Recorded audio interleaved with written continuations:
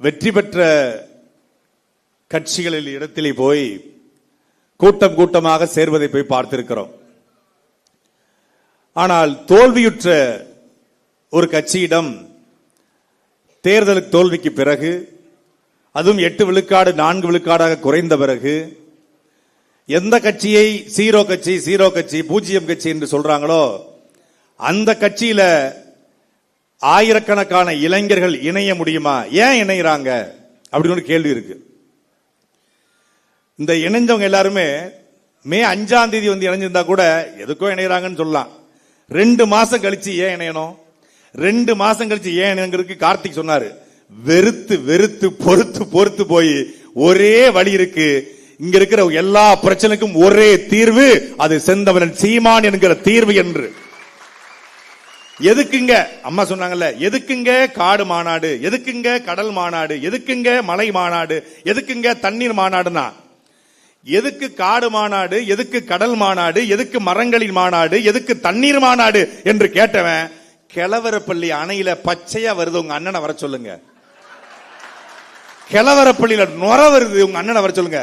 இப்போ கிழவரப்பள்ளியில நுர வருது, கலவரில் பொருள புற வருது, இப்ப தேடுறல்ல. இதுக்கு தாண்டா மாநாடு போட்டார், தண்ணீர் மாநாடுன்னு. தண்ணீர் மாநாடு போடும்போது தண்ணிக்கெல்லாம் ஓட்டு இருக்கா, தண்ணிக்கெல்லாம் மாநாடான்னு கேட்டுட்டு இப்போ கிழவரப்பள்ளியில நுர வருது. கிழவரப்பள்ளி வாயிலையும் நுர வரும். மாட்டுக்கு எதுக்கு மாநாடு, மாட்டுக்கு ஓட்டு இருக்கான்னு கேட்டான். எங்க மாடு மேய்க்க விட மாட்டோம், மாடு மேய்க்க விட மாட்டாங்க சீமான் சொல்லுங்க. மாட்டுக்கு ஓட்டு இருக்கான்னு கேட்ட இப்ப சீமான் வர சொல்ற, எதுக்குங்க ஆத்துக்கு மாநாடுனா? இப்போ ஐயோ காவிரியால பாருங்க, வட்ட கிணறு சார், வத்தாத கிணறு சார்ங்கிற மாதிரி எவனோ கிணத்த ஆட்டையை போட்டு போயிட்டான், கிணத்த காணுங்கிற மாதிரி இப்ப ஆத்த காணும். நாளைக்கு ஆடி பெருக்கான் திருச்சியில, ஆடி பெருக்குக்கு அம்மா மண்டபத்துல போய் லட்ச லட்சமா கூடி தாலியை பெருக்கி போட்டு காவிரி ஆத்த கும்பிடுவோங்க. ஆத்துல தண்ணியே இல்லைங்க. இப்ப என்ன செய்யணும்? அக்கா பின்ன கிண்ணிய வச்சு ஆடிய பெருக்குங்க. நீ தானே தண்ணிக்கு மாநாடு போடும்போது கிண்டல் பண்ண, தண்ணிக்கு மாநாடு போடும்போது, தண்ணிக்கு எதுக்கு மாநாடு? மனுஷனுக்கு மாநாடு போட மாட்டாராம், இதுக்கு போட மாட்டாராம், தண்ணிக்கு போடுவாராம் அப்படின்னா. இப்போ தண்ணி இல்ல, அம்மா மண்டபத்துல தண்ணி இல்ல. இப்ப திறந்து விட்டா கூட கடமடை வர்ற வரைக்கும் எடுத்து ஒருத்தன் கேட்கிறான். இப்ப இந்த தண்ணியை திறந்துட்டாங்களே, கபினிலிருந்து மேட்டூர் வரைக்கும் எத்தனை நாள் ஆகும்? 48 மணி நேரம் ஆகும். மேட்டூர்ல இருந்து திருச்சி அம்மா மண்டபத்துக்கு எத்தனை மணி நேரம்? 48 மணி நேரம் ஆகும். ஓ, நான் ரொம்ப சீக்கிரமா வரதுக்கு வாய்ப்பு இருக்கா? வாய்ப்பு இருக்கு. 5 மணி நேரத்துல வரலாம். எதுல வரலாம்? ட்ரெயின்ல வரலாம். ட்ரெயின்ல வந்தா ஒரு 5 மணி நேரத்துல வரலாம் பெங்களூர்ல இருந்து திருச்சிக்கு, மற்றபடி வராது. அப்போ எங்களுக்கு ஆடி பெருக்கு கிடையாது. உங்களுக்கு ஆடி பெருக்கு இல்ல, எங்களுக்கு ஆடியே இல்ல. மதுரைக்காரங்க திருநெல்வேலிக்காரங்களுக்கு காலகாலமா எங்க கள்ளழகர் வெறும் கார்பரேஷன் வாட்டர்ல குளிச்சிட்டு இருக்காப்ல. அங்க கள்ளழகர் குளிக்கிற திருவிழா மட்டும் இல்லன்னா அவன் வைகை ஆத்த தியானந்தி ஆனந்தம் டெக்ஸ்டைலுக்கு பட்டா போட்டு வித்துருப்பான். அவன் ஏற்கனவே பார்க்கிங்க போட்டான், முடிச்சிட்டான். தாமரைப்பரணி 70 விழுக்காடு செத்துருச்சு, குளிக்க முடியல. இப்போ தாமரைப்பரணியில பாத்தீங்கன்னா 15 லட்சம் டன் துணி இருக்கு, தாமரைப்பரணிக்கு துணி இருக்கு. இதனால சீர்கேடு ஏற்பட்டுச்சு. இந்த தண்ணிக்கு மாநாடு போடும்போது கிண்டல் பண்ண மூஞ்சி இங்க வா, இங்க வா. ஒரு மனுஷன் உலகத்திலேயே இன்னைக்கு உலகம் எல் நினோ என்கிற பருவமழை மாற்றத்தால ஒவ்வொரு நாடுகளும் அகதிகளாக மாறிக்கிட்டு இருக்கான். அதை ஒரு சாதாரண நிலப்பரப்புல, தமிழ்நாடு நிலப்பரப்புல ஒருத்தன் இயக்கம் ஆரம்பித்து அதை அமைப்பாய் மாற்றி, அதை கட்சியாய் மாற்றி, அந்த கட்சியை அங்கீகரிக்கப்பட்ட கட்சியாய் மாற்றி, அந்த கட்சியில் இருந்து கொண்ட தலைவனாக உலகத்தின் பேரவலத்தை இந்த மூளையை சொன்னா எவனும் கேட்கல. இதே எங்க அண்ணன் கொஞ்சம் படிச்சு நாசால விஞ்ஞானி போய் சொல்லியிருந்தா, ஓ சீமான் இஸ் தி பிகெஸ்ட் அப்படின்றான். வாவ் வாட் எ ஸ்காலரியா, பேர் அறிஞரியா அப்படின்னு இருப்பான். கொஞ்சம் பிகாம் படிச்சதுக்கு கொஞ்சம் இன்னும் கொஞ்சம் திருச்சி ஐஐடியில், சென்னை ஐஐடியில் படிச்சு எங்க அண்ணன் போயிருந்தா நான் எல்லாரும் சீமான் போட்டோ தான் வச்சிருப்பான் செல்போன்ல, எவ்வளவு பெரிய பேர் அறிஞன்டா அப்படின்னு. உள்ளூர்ல மாட்டிக்கிட்ட உடனே மதிப்பு இல்லாம போயிடுச்சு. எப்பவுமே நமக்கு பக்கத்தில் இருக்கிறதை விட எங்க அண்ணா அழகா சொல்லுவாங்க, தன்னுடைய இணையை நேசிக்க முடியாதவன் உலகத்தில் வேறு எவனையும் நேசிக்க தகுதியற்றவன். உங்க பக்கத்தில் இருக்கிற ஒரு தலைவனை புரிந்து கொள்ள முடியாத ஒரு தருதல கூட்டம், தற்குறி கூட்டம். எவன் எவனையோ நம்பி வாக்கு, இப்போ சொந்த கட்சிக்கார பெண்ணை பாலியல் வன்கொடுமை செய்யறான். ஒரு மாவட்ட செயலர் ராணிப்பேட்டையில கைது பண்ண வக்கம் இல்ல, துப்பம் இல்ல. கம்முன்னு இருப்பாப்ல, வாயை மூடிக்கிட்டு. விவசாயிகளுடைய விவசாயம் தான் எனக்கு தெரியாது, ஆனா விவசாயிகளுடைய வழி தெரியும். எங்களுக்கும் எல்லாம் தெரியும். நிறைய பேர் கேட்கறாங்க, நம்ம தொடர்ச்சியா போட்டு அடிச்ச உடனே நம்மளுக்கும் எல்லாம் கேட்கறாங்க, என்ன அணைக்கு உள்ள புகுந்து அந்த அணையை திறக்கிற ரிமோட்லி ஆபரேட்டிவ் வெஹிக்கிள்ங்கிற அந்த சிஸ்டத்தை நான் தெரிஞ்சு வச்சிருக்கேன். இப்ப நேரா கபினி அணைக்கு போய் அந்த ஆர்ஓவி டெக்னாலஜில உள்ள வந்து திறக்க வேண்டியதானே. இப்ப தண்ணி வந்த உடனே இவர் கடவுள் பிள்ளையா? ஏன் இவர் போகாமலே தண்ணி வந்துருச்சான். அங்க மழை பெஞ்சதுனால தண்ணி வந்துருச்சு. அங்க மழை பெய்ய வச்ச கடவுள் புள்ள ஏன் தமிழ்நாட்டுல பெய்ய வைக்கல கடவுள் புள்ள? அவர் கடவுள் புள்ள இல்ல, சந்திரசேகர் புள்ள, அவ்வளவுதான். கொஞ்சம் இங்க பெய்ய வைங்கல, திருநெல்வேலி, தூத்துக்குடி, சென்னை இங்கெல்லாம் பெய்ய வைக்க வேண்டியது கடவுள் புள்ள. திறந்து அங்க இயற்கையில கேரளாவிலையும் கர்நாடகாவிலையும் மழை பொழிச்சதுனால தண்ணி வருது, அவ்வளவுதான். அது எத்தனை நாளைக்கு வரும் தெரியாது. இதை பேசுவதற்கு துணிவு, தெம்பு, திராணி இருக்கிறதா? கிடையாது. விவசாயிகளுக்கு வந்து நான் வந்தா 5 ஏக்கருக்கு மேல அத்தனையும் 5 ஏக்கருக்கு மேல 50 விழுக்காடு தள்ளுபடி, 5 ஏக்கர் கீழே முழுமையா தள்ளுபடினாரு. அப்புறம் பார்த்தா 50,000 வாங்கினா தள்ளுபடி, 75,000 வாங்கிட்டா பாதிக்கு பாதி தள்ளுபடி. இது விவசாயிகள் இப்போ வாயிலையும் வயிலையும் அடிச்சுக்கிட்டு அழுறாங்க. ஒரு பக்கம் ரொம்ப சங்கடமா இருக்கு, இந்த பக்கம் இதயத்துல, இந்த பக்கம் பார்த்தா ரொம்ப ஹாப்பியா இருக்கு. அது ஏன்னு தெரியல. விவசாயிகள் போராடும் போது வலிக்குது, மனசு வலிக்குது, ஆனா மூளை ஏன் அப்படின்னு தோணுது. ஏன்னா பச்சை துண்டை போட்டுக்கொண்டு விஜய் வந்தால்தான் விவசாயிகளுடைய வலி தீரும் என்று சொன்னவன் இன்னைக்கு போராடுறான். 15 வருஷம் ஒருத்தர் எந்த விதமான எதிர்பார்ப்பும் இல்லாம அன்எக்ஸ்பெக்டட் அன்கண்டிஷனல் லவ் அப்படி ஒருத்தர் காட்டினாரு. அன்கண்டிஷனல் லவ், நீ எப்படியே இருந்துக்கோ, வேண்டாம், நீயா இருந்துக்கோ, நானா இருந்துக்கிறேன்னு ஒரு லவ். எங்க அண்ணன் எனக்கு ஓட்டு போடுகிற லவ் இல்ல, அன்கண்டிஷனல் லவ் காட்டினாரு. தூக்கி போட்டான், புறக்கணிச்சான். ஒரு தலைவன் 33,000 வாக்கள் மட்டும் தான் காரைக்குடியில் பட்டால், சொந்த ஊர்ல. பெரிய வழி. நான் உண்மையிலே எப்போதுமே சிரிச்சுதான் இருப்பேன். அண்ணன் சீமான பேசினாலே சிரிச்சுக்கிட்டு தான் பேசுவோம். முதல் முறையாக சட்டமன்ற தேர்தல் முடிவு வந்து போற அழுத, லூசு பேல அழாதரா, இனிமதாண்டா நம்ம ஆட்டமே துவங்க இருக்கிறது என்று மே 4ஆம் தேதி சொன்னார். மே 4ஆம் தேதி சரியா ஒரு 12:30 மணி என்ன அறியாம அழுதுட்டேன். பாக்கிய அண்ணன்ட்டையும் அழுத, அண்ணன்ட்டையும் அழுத. அப்ப சொன்னாரு, நம்ம ஆட்டம் இனிமேதான் இருக்கு, இனிமேதான் நம்ம வேலை பார்க்கணும். இந்த மக்களுக்கு உண்மையான தலைமை என்றால் யார் என்பது இனிமேதான் காட்ட வேண்டிய தேவை இருக்கிறது, நீ தைரியமா இரு அப்படின்னாரு. ஐயா மாமா சொன்னாங்கல்ல, சண்டையும் போடுவான் கருத்தாவும் பேசுவான்னு. கையிலையும் சண்டை போடுவான், கருத்தா பேசுவான். இதை தாத்தா முத்துராமலிங்க தேவர் சொல்றாரு. Head can think, shoulder can fight. Head and shoulder combined rule. புஜபல பராக்கிரம் உள்ளவனால் சண்டை செய்ய முடியும், அறிவாளியால் சிந்திக்க முடியும்.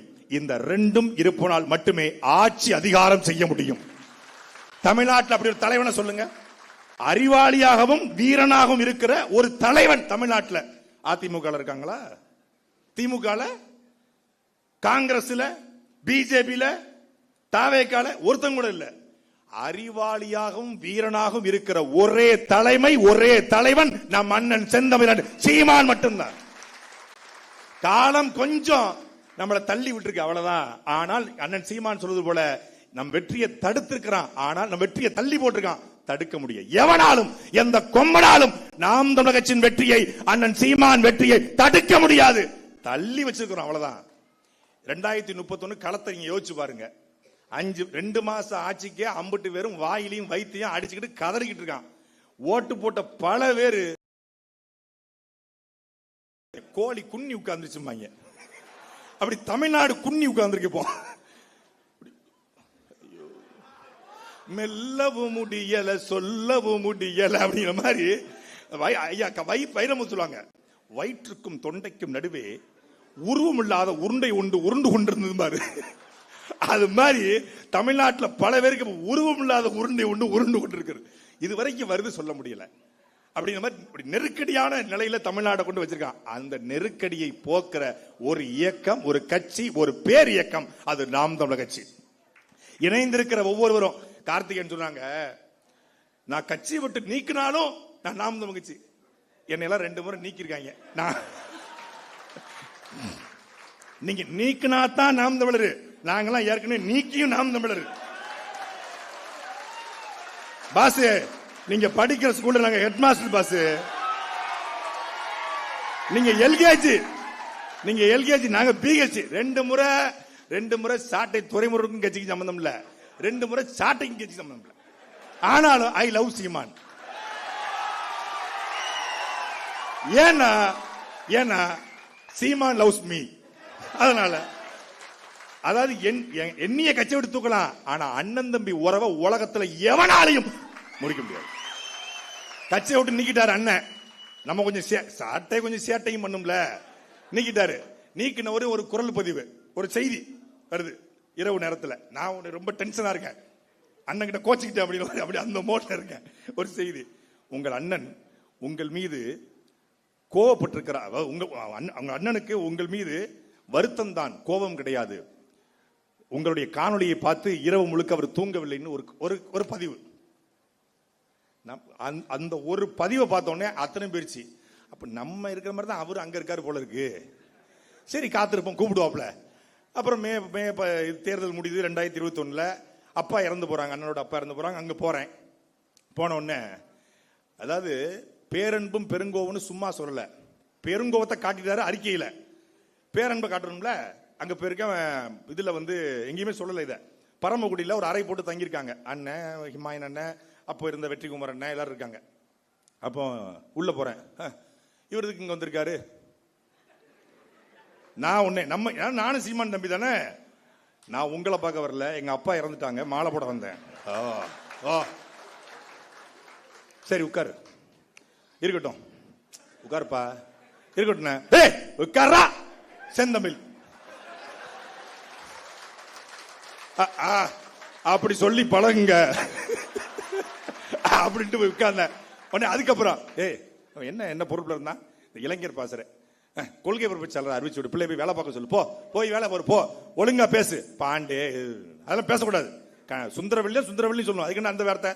போ, அவ பேசணும், நான் பேசணும். அவ பேசணும், நீ பேசுவியா? நீ யாரா?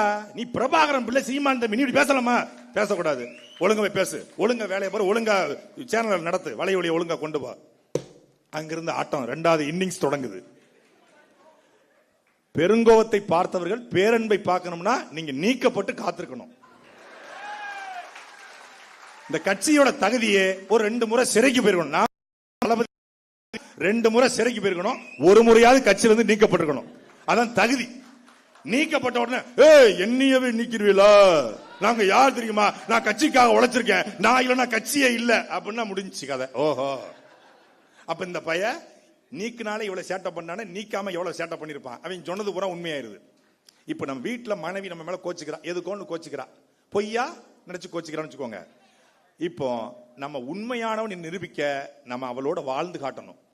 நம்ம அவளை விலகிட்டோம்னா அவள் வைத்த குற்றச்சாட்டு எல்லாம் உண்மையாயிரும். ஏதோ ஒரு காரணத்துக்காக கட்சி நம்மளை நீக்குது அப்படின்னா, நான் உண்மையானவன, நான் உன் தம்பின, உன்னை விட்டா எனக்கு வேற அரசியல் என்ன, நான் அரசியலை பார்த்து நாம் தமிழ் கட்சி வரலன்னு, நாம் தமிழ் கட்சியை பார்த்து தானே அரசியலுக்கே வந்த என்று காட்ட நாம நிக்கணும். கட்சியில் இருக்கும் போது 10 மடங்கு வேலை பார்த்தோமா, அண்ணன் சீமான் கோவப்பட்டா நான் 20 மடங்கு 2 நாள் திடீர்னு பேச மாட்டாப்ல, அப்பதான் நான் பரபரப்பா வேலை பார்ப்பேன். எப்படி இவரை கவர் பண்ணலாம், இந்த வீடியோவை போட்டா இவர் எப்படி லைன்ல வருவார், போடுறா வீடியோவை, அப்ப பாருங்க நல்லா பேசுவேன். அன்பான தமிழக முதல்வர் அவர்களே அப்படின்னு மரியாதையா பேசுவேன். இது சிறப்பா வந்திருக்கு, இப்படி கொண்டு போங்க. இப்ப வந்தீங்கல்ல லைன்ல, இதெல்லாம் அண்ணனை கரெக்ட் பண்ற மெத்தடு. நல்லா வேலை பார்த்தா, நீ நல்லா பேசுனா, ஒழுக்கமா நடந்துக்கிட்டா, ஒழுக்கமா பதிவு போட்டா, ஒழுக்கமா வீடியோ போட்டா, ஒழுக்கமா ரீல்ஸ் போட்டா, அண்ணன் தேடி நீ போண்டா, உன்னை தேடி அண்ணன் வருவாரு. அவ்வளவுதான், சிம்பிள். அவரை கரெக்ட், சீமானை கரெக்ட் பண்ணுவது எப்படின்னு ஒரு புத்தகம் போடலான்னு இருக்கேன். ஆத்தர் என் பேரை போட்டு நல்ல வியாபாரம் ஆகும். ஏன்னா நான் தான் ரொம்ப அடி வாங்கியிருக்கேன். நீங்க முகம் சிகப்பா இருக்கீங்க, மண்டை முழுக்க புண்ணா இருக்கும், நிறைய அடி வாங்கியிருக்கோம். அதனால உற்சாகமாக விளைவிப்போம். இந்த காலகட்டம் நமக்கான காலகட்டம். கிட்டத்தட்ட 50,000க்கும் மேற்பட்ட மாவீரர்கள் உயிரிழந்திருக்காங்க, 1.5 லட்சம் தமிழர்கள் உயிரிழந்திருக்காங்க. எதுக்காக? இந்த கனவுக்காக. தமிழ் தேசியம் என்கிற கனவு வெல்ல வேண்டும், தமிழர் நிலத்தை தமிழாய்ந்த ஒரு தமிழ் மகன் ஆள வேண்டும் என்கிற உயர்ந்த கனவுக்காக எத்தனாயிரம் பேர் இறந்திருக்காங்க. அந்த கனவுகளை தூக்கி கொண்டு நமக்கு இருக்கிற எல்லா சிக்கலுக்குமான ஒரே தீர்வு நாம் தமிழர் மட்டும்தான் என்பதை உணர்ந்து வந்திருக்கிற உங்கள் ஒவ்வொருவருக்கும் என்னுடைய அன்பும் அரவணைப்பும் நன்றியும் வாழ்த்துக்களும். மீண்டும் ஒரு களத்தில் சந்திப்போம். நாம் தமிழர், தமிழ்தாய் வாழ்க, தலைவர் பிரபாகரன் வாழ்க.